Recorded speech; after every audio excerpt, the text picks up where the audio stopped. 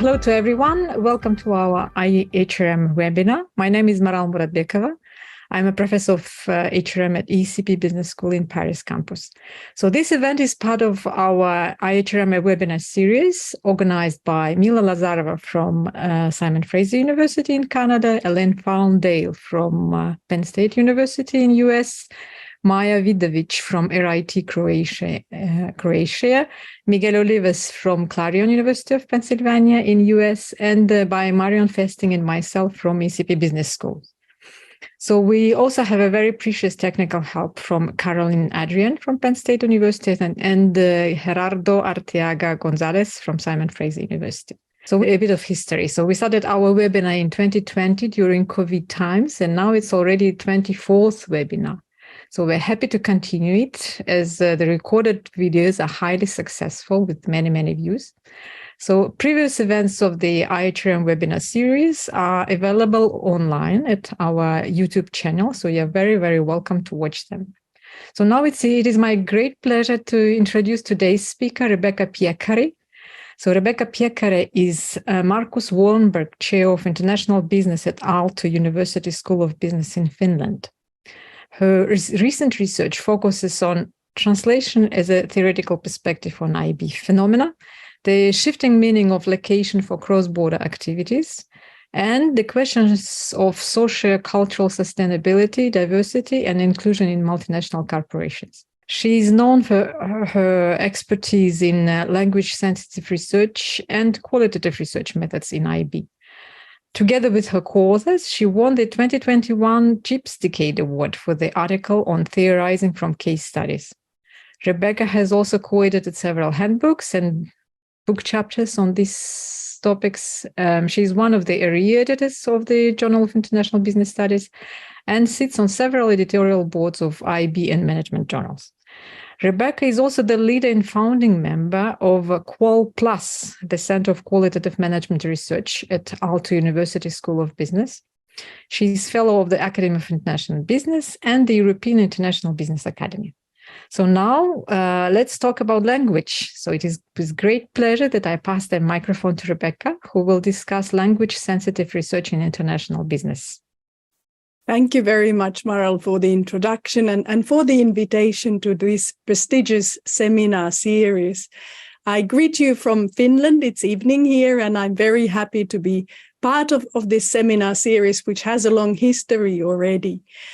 I thought I'll say a few words about my background and why I'm doing research on language. At least it's perhaps one explanation of it.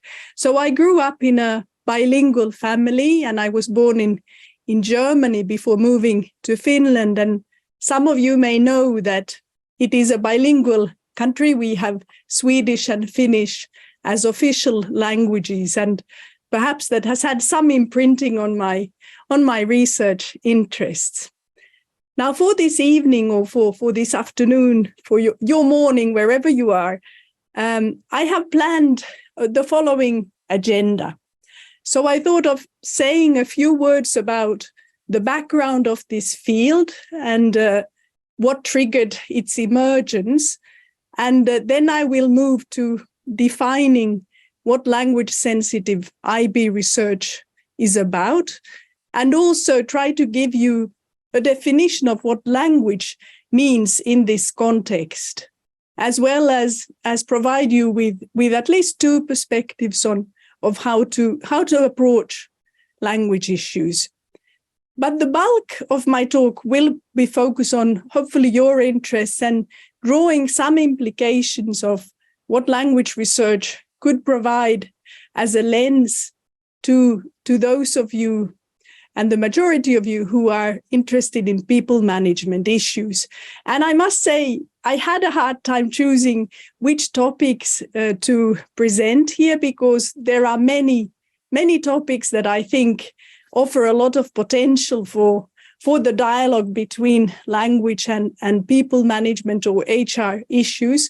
But I decided to focus on careers, on talent management issues, and also say a few words about diversity, equity, and inclusion as well as then language-based discrimination, which is one of the topics I'm currently working on.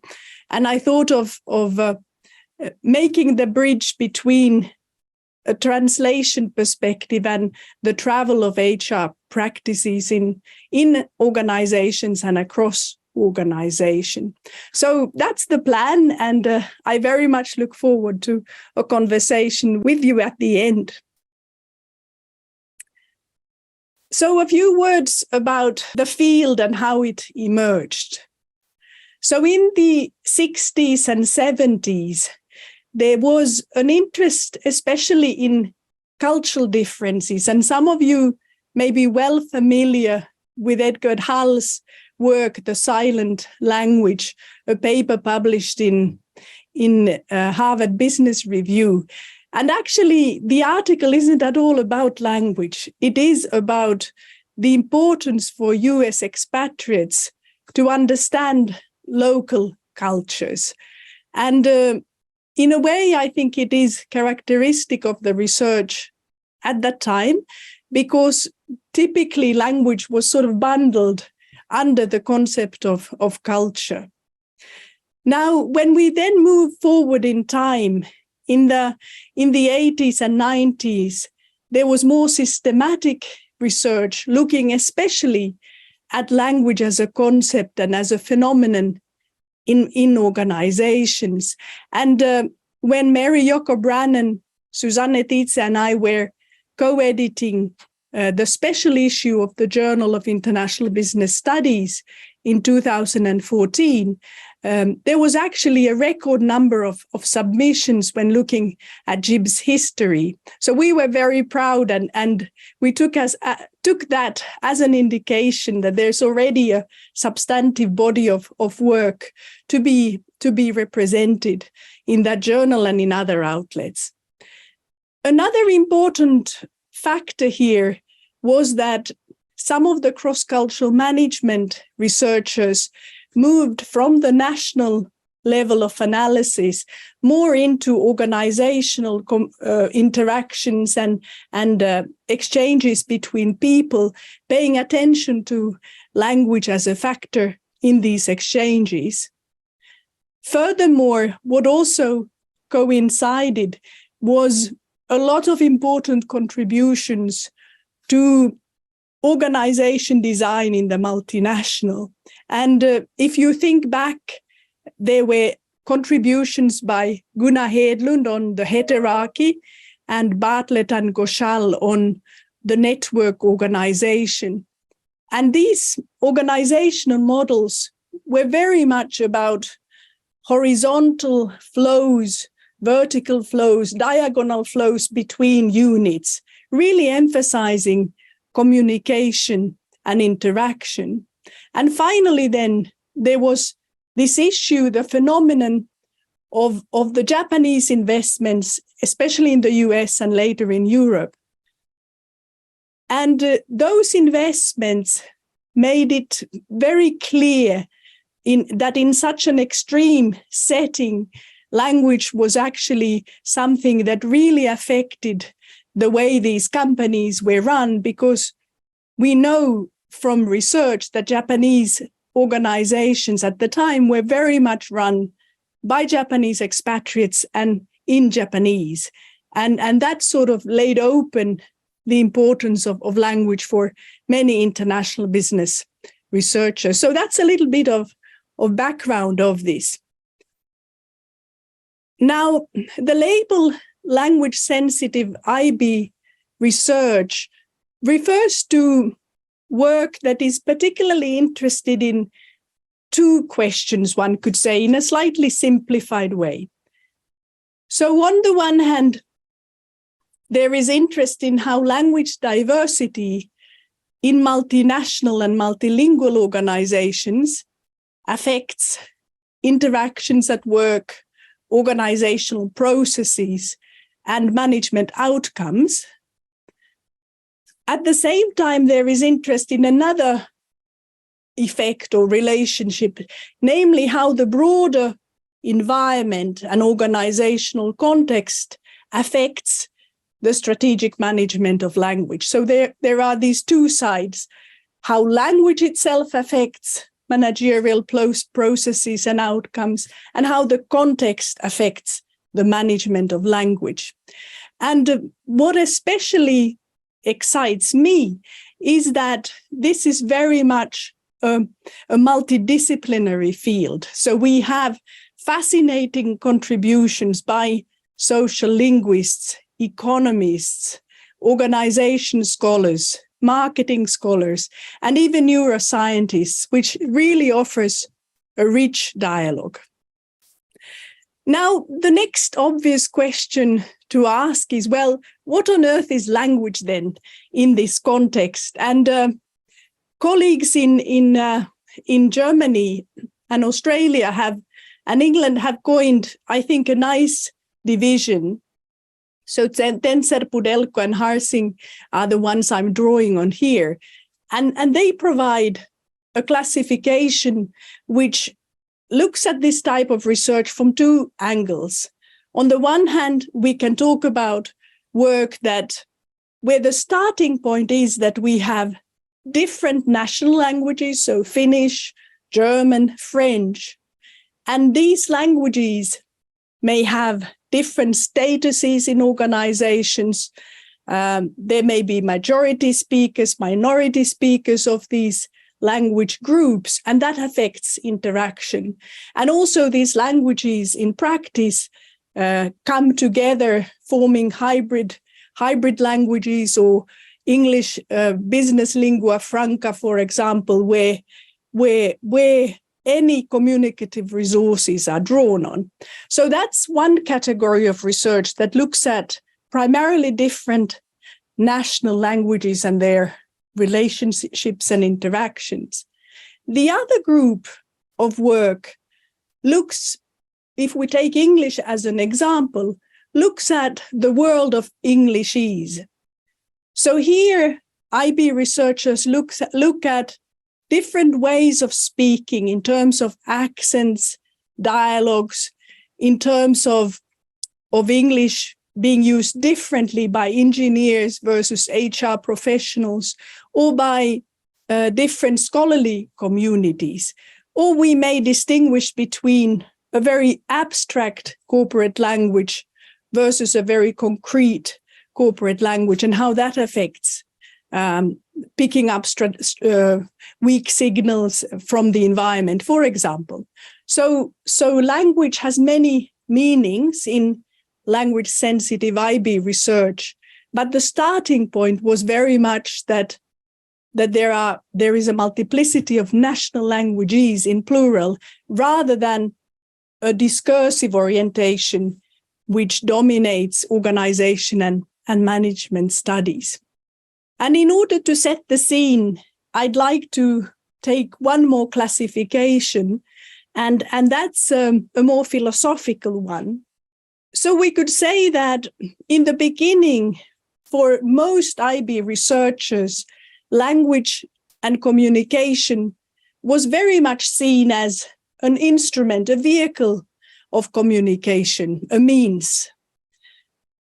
In organization studies, on the other hand, there was earlier a realization that language may actually emerge in social interaction. So rather than existing, that you have sort of a language that you take from the shelf, if you wish, language is co-created in social interaction.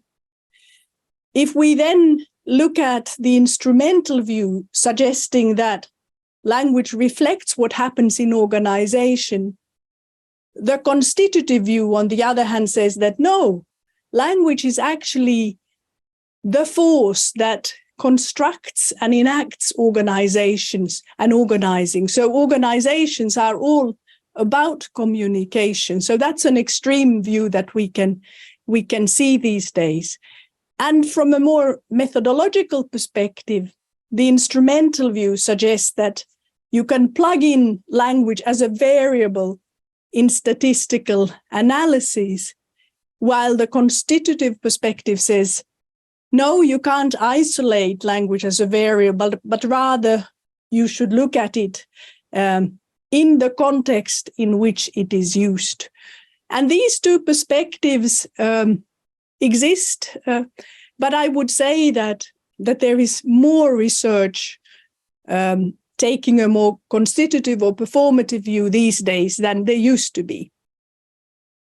Now, for those of you in the audience who are doing research in environments where you end up using different languages, and in Europe, that's quite common in international business, obviously, as well. And I thought of just mentioning some of the challenges that many of us are familiar with. So when we talk about language as a conceptual, theoretical issue, it is obviously very much also a pragmatic issue, a methodological issue. And those who collect data in a non-English language are well familiar of the hurdles of translating your work for publication. Now, in this figure that you see on the slide, the message is that language and translation have effects throughout the research process, but these effects often remain hidden because the publication conventions sort of are such that we rarely acknowledge or open up the multilingual nature of our work, even in publications that are about language. So let me illustrate this with a couple of points. I have many foreign PhD students, and not only once, but several times, I've noticed a tendency to study something which is related to their own home country, to the language that they master well. This may not be an accident. It can be related to access issues. But what I'm saying is that our language biography may also explain that we are drawn to some topics more than to others. We may read literature that is actually translated rather than the original of Foucault or Bourdieu in French, for example. And the way we frame the world may also influence how and what kind of research questions we develop. Now, I'm involved in a future-oriented study on sustainable headquarter buildings here at Aalto. And we've been doing interviews with architects and with company people. And some of these interviews have been in Finnish, in the local language. And we realized when looking at the transcripts and our notes that Finnish as a language does not have a future tense, an explicit future tense. So which means that when we are talking about imagining the future workplace, we need to be very careful and look at the information really in a contextual way in order to decipher the future orientation. Now, when we represent our interviewees in our published work in English, we may experience challenges. The meeting of languages and the bridging of languages isn't always straightforward. There are words, untranslatable words, and there are expressions that are hard to make sense of in another second or third language. Now, all of these hurdles, unfortunately, are rarely reported. And someone who has done pioneering work in this area is Susanne Titze, whose some of her recent publications are mentioned on this slide. So this was, basically the appetizer, so to say, my attempt to set the scene. And now I would like to discuss with you some of the implications that I see language research could give to HR scholars like yourselves. And I'm sure there are many more implications than what I was able to see. But let's start from language and careers.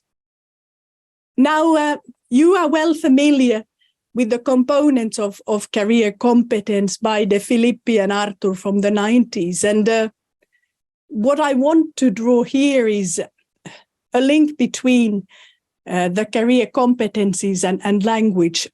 And yes, language is a key skill for employees at multilingual workplaces, although it is not necessarily always compensated for, and sometimes it's also used as a way of discriminating unwanted national groups. The knowing whom element underscores the contribution of language to the development of professional and personal networks, and the knowing why component of career competence has to do with our identity. So I am, for example, a Swedish-speaking Finn, and that is an important part of my identity. And it may also explain our job motivation. So for me, it is important that Aalto University is actually a multilingual university with Swedish, Finnish, and English as the main languages. I also wanted to introduce you to the concept of language misfit that me and a couple of colleagues developed in a context of the study of Vaasa University. And it is a concept that refers to a perception that the person doesn't have fitting language competencies in relation to the requirements and practices of the workplace. And this misfit may be due to overqualification, but also underqualifications or a complete lack of language skills. Now, when Aalto University was formed, English became the new language. And I do remember when a number of colleagues who hadn't taught in English before were facing this challenge that, will I be able to catch up, or am I sort of a misfit with the new sort of work requirements that this international university put on its employees? Another interesting area when we talk about language and careers is career outcomes. And we can talk about subjective career outcomes, but also objective ones. And Vesa Peltokorpi is someone who has extensively studied language and HR issues in the Japanese context, especially among host country nationals of Western subsidiaries. And he has an interesting study where he establishes the relationship between foreign language proficiency, which in Japan is still not something you can take for granted, and objective career outcomes such as job promotions, wage increases, and career satisfaction. Now, talent management is an area where you are the experts, and I'm just sort of scratching the surface. But I thought of highlighting a couple of interesting pieces where language has a more central role. And Michalski and Sliva published recently an exciting study on BBC in the Arab world. And BBC decided to introduce standard Arabic as the common language in its local operations. And interestingly, that served as an attraction to journalists in the area, because that was seen as a prestige issue to be able to master the language of the local elites. If we then move along the cycle to talent review, there was an early study by Mäkelä and colleagues where they asked the question, who should be included in the talent pool of a multinational? Now, the question seems like a basic question. But what they found is that the potential candidates to be included in the talent pool were actually people who had a shared language with those on the talent review panel. So it meant that these individuals had more visibility, more voice, more weight in the organization. So that connection that perhaps shortened the distance between the evaluators on the one hand and the employees was something that mattered for the inclusion in the talent pool. If we then continue to the third stage, talent development, there I wanted to mention Neely's work that you may be familiar with, and she looked at an organization that changed its common corporate language, and that change actually meant that suddenly a number of employees didn't have the same career opportunities because they were not able to master the language of the main language of the company. And on the other hand, others then suddenly had an unearned status increase, as she describes it. So the career vistas, the possibilities inside the organization suddenly looked very different. And the last aspect has to do with language and mobility, and both psychological and physical mobility, and there is increasing evidence of that connection, which is perhaps not surprising, especially in countries like emerging countries, but also in countries like Japan, where the average level of foreign language ability is rather low. Now, if we then move to perhaps some of the unintended effects of language use, here I covered some of the planned, also some of the unintended ones, but I thought of developing this theme a little further. And here I have 4 unintended effects. I call this the 4S model. And the first one is sidetracking effect, where career paths are diverted because of language issues. The second one on the right is sifting effect, where basically, for example, in teams, you would have members of the team who control information flow and decide on perhaps what's translated and what is not translated. A stagnating effect means that we have a person who is basically stuck in the same job role because of language issues. And a silencing effect that I think we have all experienced, where someone in the group isn't able or isn't willing to contribute because of language competence-related issues.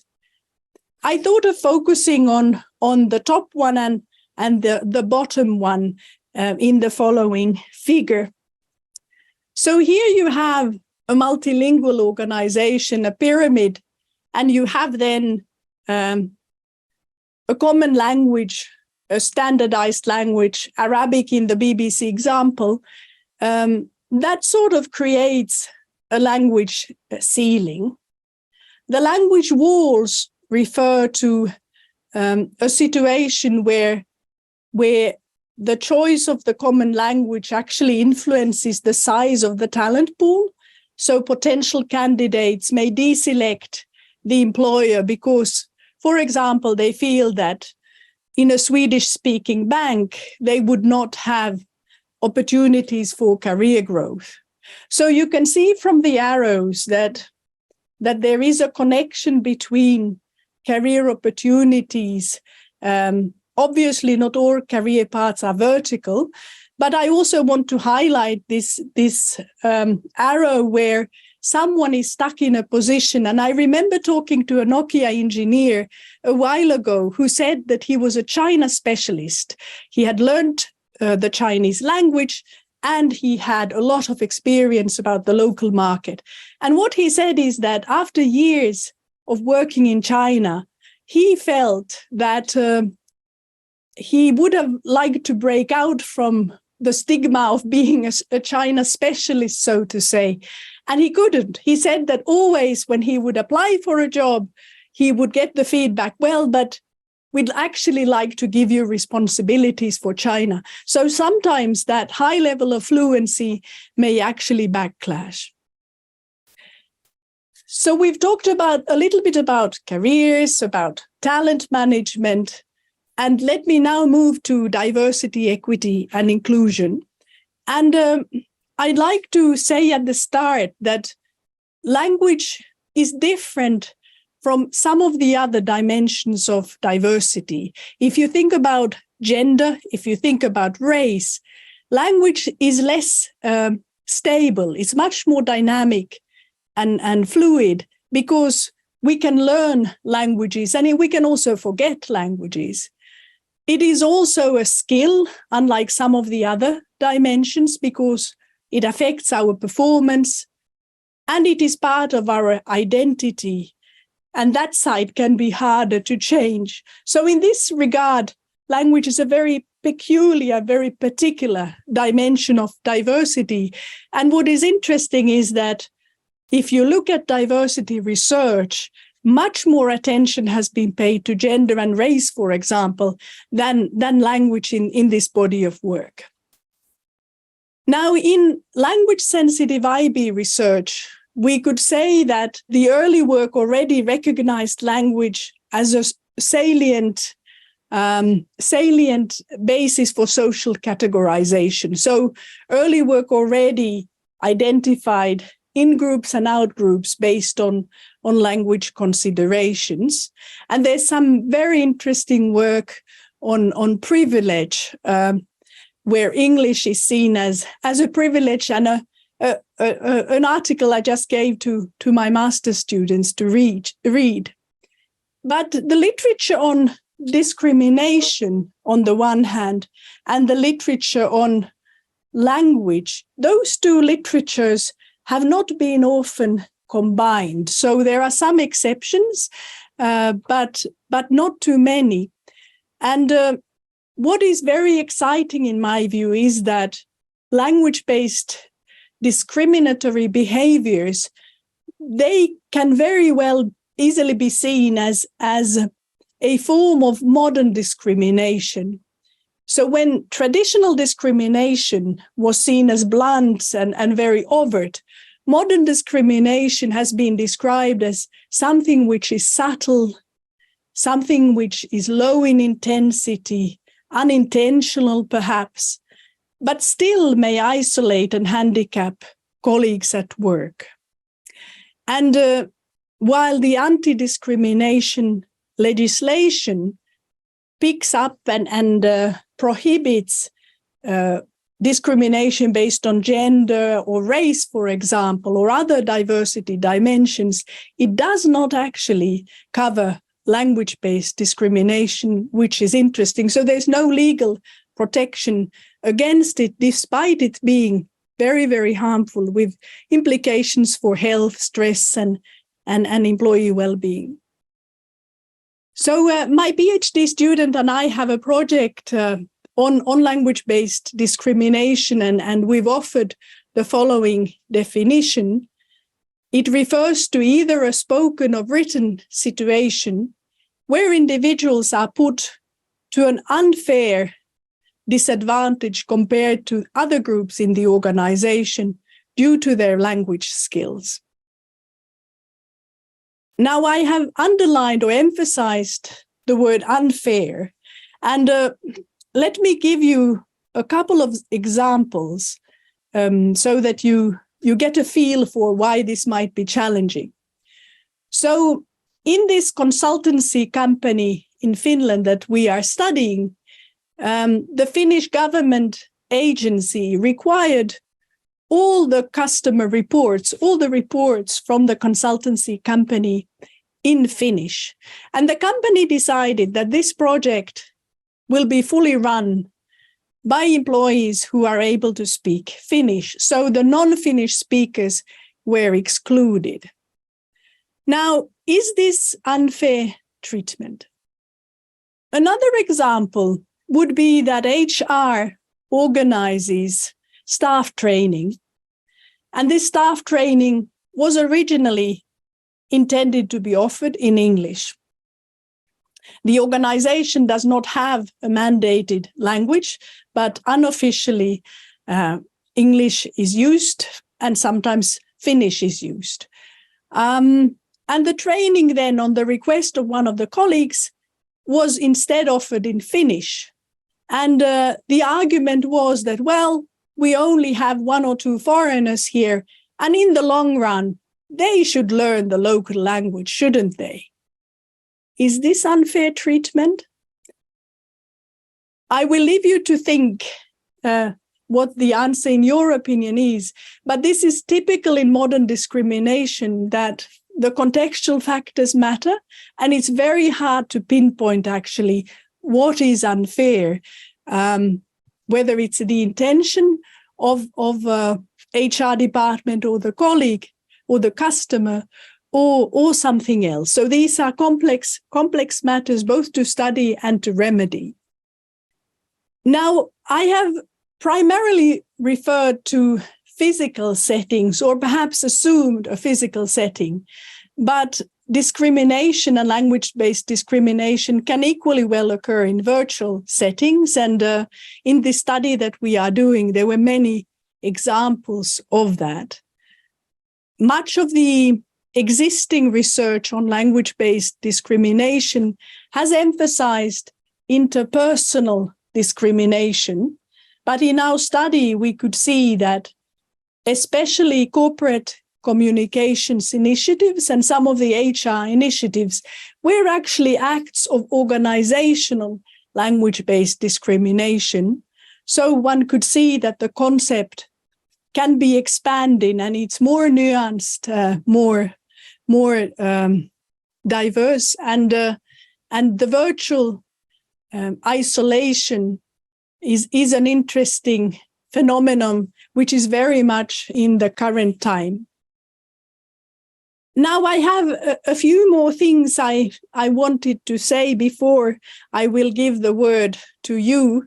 And one of them is translation, which I'm currently working on, as Moral said, and something which I think has a lot of potential for researchers interested not only in language, but also other things. So from my discipline, IB's perspective, translation is often defined and understood as something interlingual, basically. But when we turn to other disciplines, both translation studies for that matter, and organization and management studies, translation is a broader term, and it refers both to the movement of practices as well as their transformation, and not only in a linguistic sense, but also in terms of institutional changes and adaptations, cultural changes, and so on. What is interesting here is that when we combine the linguistic meaning of translation and this broader cultural and institutional translation, the language aspect actually leaves visible traces in the data. So when you see that the meaning of a word has been changed into another language, you can very concretely see as a researcher the change. But I wanted to give you this figure just to sort of see what I'm talking about. So what we are proposing is that as researchers, we might provide richer explanations if we combined the interlingual meaning of translation with this broader meaning of change and transformation. And when looking, for example, at the travel of HR practices, such as talent management or diversity management, now they often come from the US or from Japan to the US and then to Europe. We know from research that it's rare that we could take a practice as is. It requires translation, sense-making locally to make things fit. And here on the figure, you see how perhaps a group of consultants work at headquarters, and then this new practice is cascaded down. And it may be a different translation in the R&D function versus the HR versus manufacturing. So even locally, you may work with different translations of the same practice. And I think this offers us, I think, a lot of opportunities to combine expertise from other fields who have worked with these issues for decades already. And they also have a useful vocabulary for us to draw on. So just to give you a taste of the vocabulary, I have here the interlingual translation from translation studies, and then I have what we have called metaphorical translation, which involves these other transformations of a practice. And we have here on the translator row a term, paraprofessional translator. And I love this term because it refers to ordinary managers, employees, and also external consultants who engage in a lot of translation work, which may take a bulk of their working time, but still they may not get compensated for that. And they may also have their own agendas when they insert meanings that they want to drive in the organization. If you have questions about this, I would be happy to answer. But at this point, I will leave and move to concluding. So one could ask then, well, what does it take to establish a new field, to institutionalize it? And I think there are 5 main issues that I can see at the moment, and we are working with a couple of colleagues on this. So first of all, a dedicated academic association. And GEMETEL, the French-based Groupe d'études de management de langage, has been such a forum for those interested in language issues, in not only in IB, but also in other fields. I've already referred to one special issue, but actually there have been several dedicated to language and communication in IB, broadly speaking, and they've been important milestones for the community. And there's been some wonderful edited volumes. And what is interesting, that these volumes have not only brought together IB scholars, but also those who typically work with monolingual disciplines and rather talk about discourse as a resource rather than languages in plural, as my colleague Susanne Titze often says.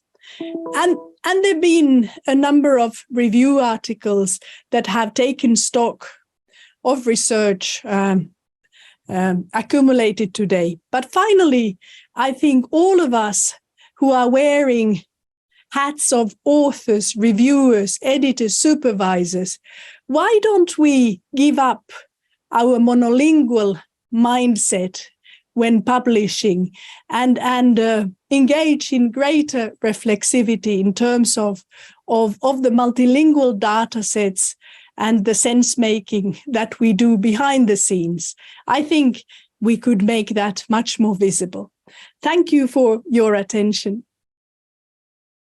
Thank you very, very much, Rebecca. It was very rich and very inspiring as a presentation. So we have many questions here coming. So the first one is, what advice do you give a PhD student who meets with translation hurdles when translating empirical data into English? Yeah, this is something that is rarely discussed, I think, in published work. And I think these hurdles should be seen as resources, actually. And I think when we are confronted with something that is hard to translate, it may actually be a window into something really interesting, a finding, or something that we didn't expect we didn't anticipate to see. So I would stop and reflect during those moments and really discuss what makes it difficult, and perhaps talk to someone from that culture. So I remember in my own PhD, although it was something in English that I faced, idiomatic expressions or references to critic from Australia. And I do remember that I had no idea what it meant in the context, but by consulting the locals, I could get a feel for what the humoristic aspect of that comment was. But I think instead of seeing them as hurdles, we should treasure, or we could treasure them and make more of them in terms of insight and novel information. That's great. I like it very much. Yes, use it as a resource instead of, and be reflexive actually on the difficulties that you have. And so her second question by Suzanne, always, is there any evidence that English is no longer the undisputed common corporate language and that local languages, see your examples about Arabic, for example, are gaining more standing and prestige? Well, I think organizations are increasingly seeing this issue about a common corporate language less as an either-or question, but perhaps more as both and seeing that in some parts of the organization, you need to have that leeway to operate in a local language. And that's the only right choice in that situation. And on the other hand, then with the global financial markets, for example, it is likely to be English.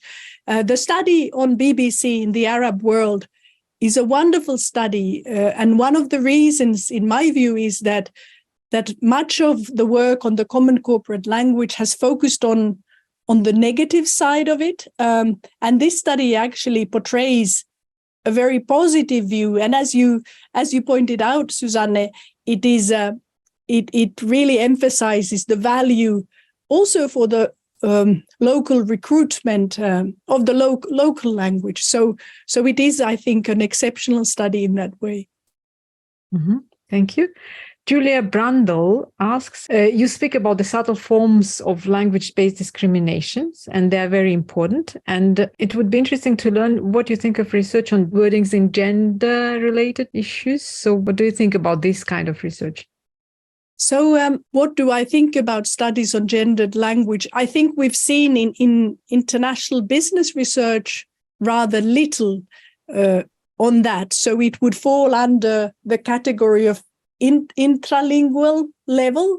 And so we would look at masculine versus feminine expressions. And my university, for example, puts job ads through a so-called gender decoder, which is common in many organizations where they pick up masculine or feminine expressions. In my case, in our school's case, it's often that we emphasize competition and excellence, which are coded as masculine expressions.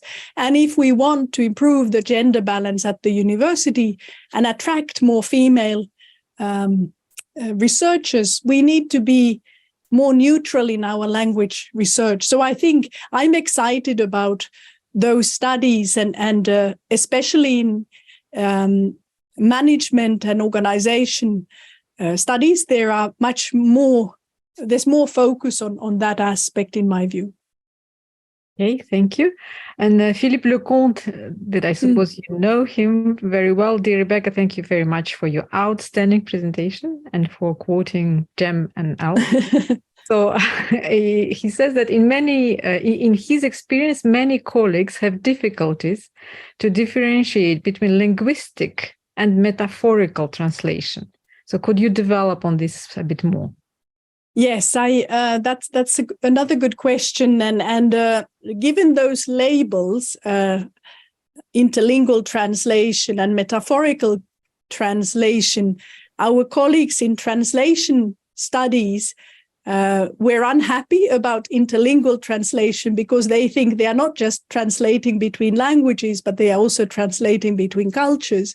And the organization theorists, whose work we labeled as metaphorical translation, said that, look, it's not metaphorical. Things are actually moving from one place to another. It's much more physical, not just metaphorical. So neither camp was very happy with our labels. If we forget those two labels and think about translation work in organizations, I think in reality, and in multilingual organizations, it would involve interlingual, it will involve cultural, institutional, organizational, perhaps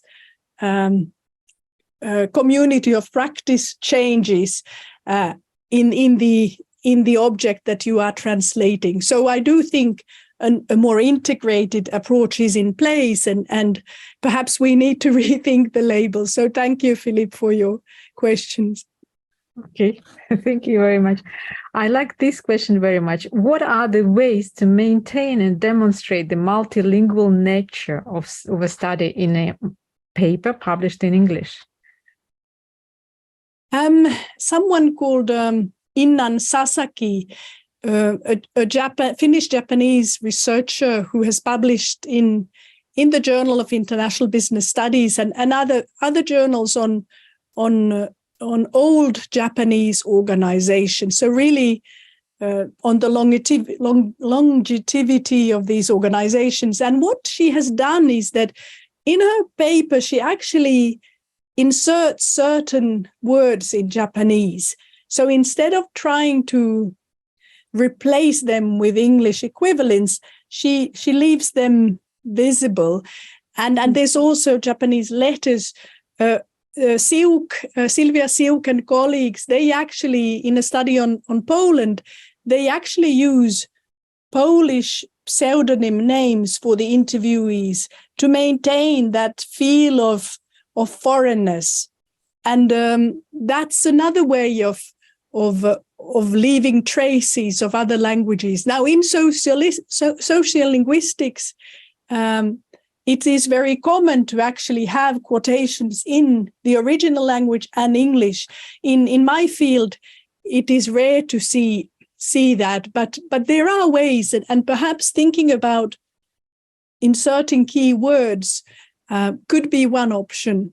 So food for thought, I guess. But again, there are no established conventions, so collectively we need to create them. Yeah, that's it. Very interesting to leave the traces, the visibility of the thing. There is a very interesting question. I think the answer could be short, but I don't know. From Yeonju To. Is there any research on workers having difficulties in speaking? For example, deaf people, but I think not only, given the definition of language in this field?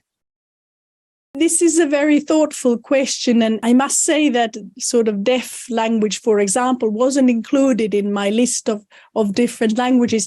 I haven't seen any work, but I do think that, again, combining diversity research on physical disabilities with then some of the IB research has very nice and interesting potential. So, yeah, relatively short answer.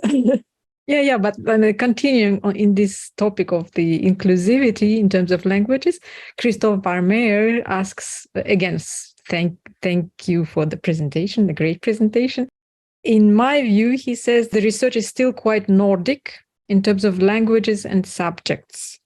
Would we need more research of intercultural mixed research teams from very diverse research, linguistic and cultural contexts, Latin America, Africa, Asia, to give new insights?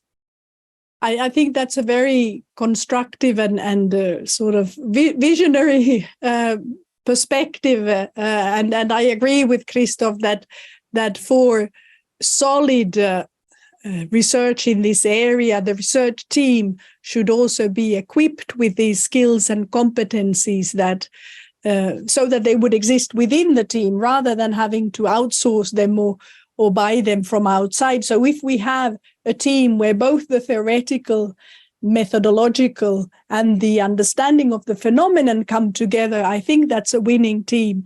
And indeed, there is a strong focus overall on Western research in IB, and I think